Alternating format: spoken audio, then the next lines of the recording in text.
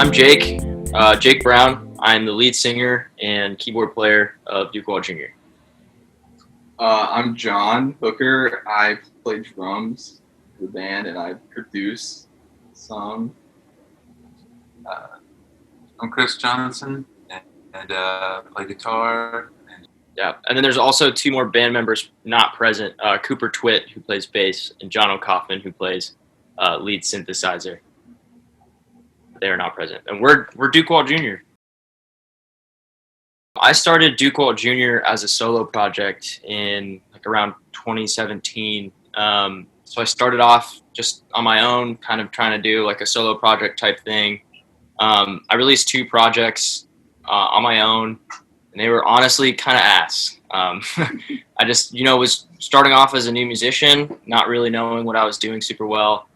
But then I met the two other guys who aren't here, and I met John at the college that we go to here in Tennessee. And I knew they played instruments, and I knew they had similar music taste that I did. So I asked them to play a show with me, just kind of, to have a band. And it was super fun. It was a kick-ass time. So I ultimately invited them to be a part of the project. And then I met Chris at actually that first show that we ever played as a band. I met Chris at that show because he was playing with a different band, La Vie. And so this past year, I asked Chris to hop onto the project as well and be our. It's synth pop. It's kind of hard to describe because it's been so many different things. The first few projects I put out as a solo project, it was I really couldn't peg it under one genre. It was just I've always had a love for synthesizers, so it's always been synth based and concentrated. Some good old bedroom synth pop. We're just some college kids having fun.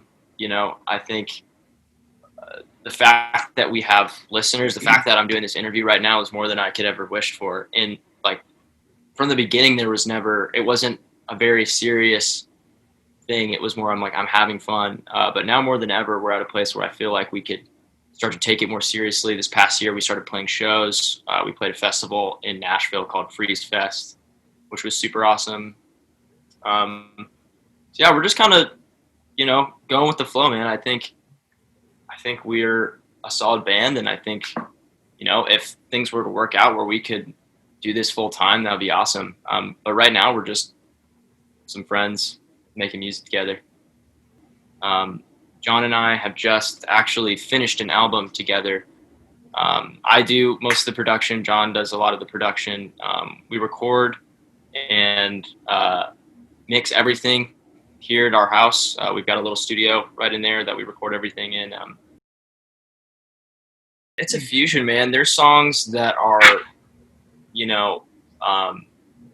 automated drums and just keyboards and some weird synth tones in the backgrounds. There's some super funky ones.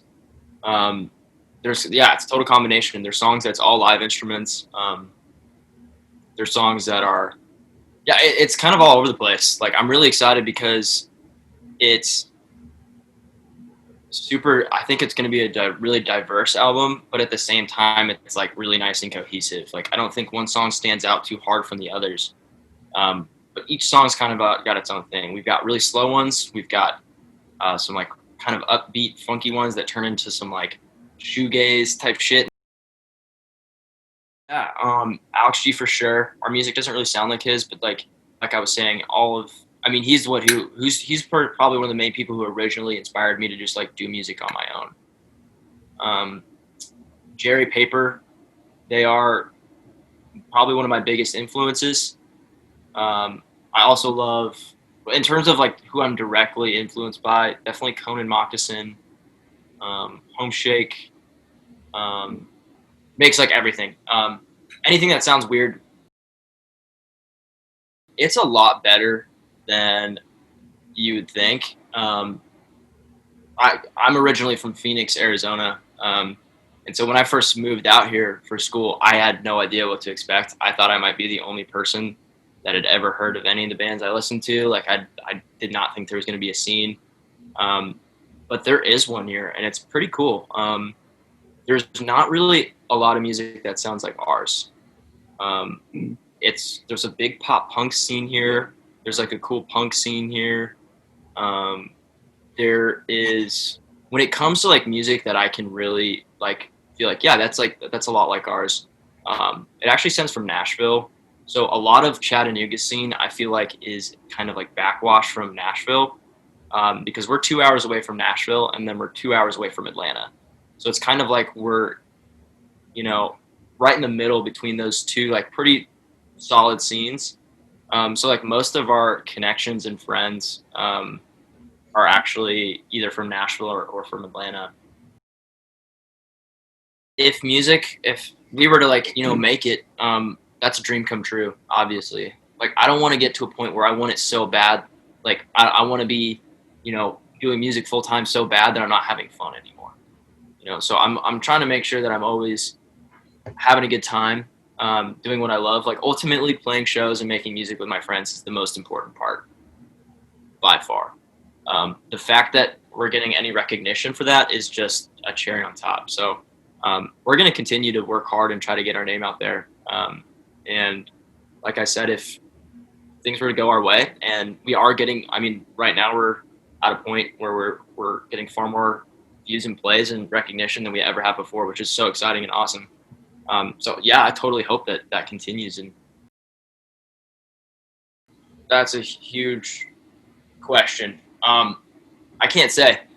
It would have to be something I've discussed with the bandmates, obviously. Some of our favorite artists have been independent all the way and have proven that they can do it. I think it'd have to be the right label. There's a few like dream labels that I have, that like if they were to give me an offer, it would be really, really hard to say no.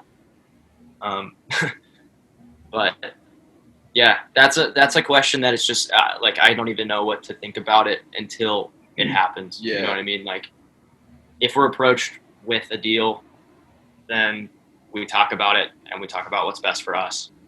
We've only been really taking this seriously for the last year. So like the thought of like a record deal is so cool, but also just like so foreign. Yeah, like that would be so surreal.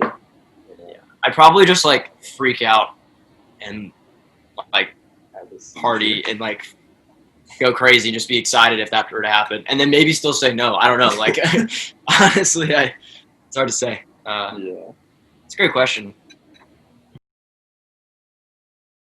Yes. Yeah. We love you.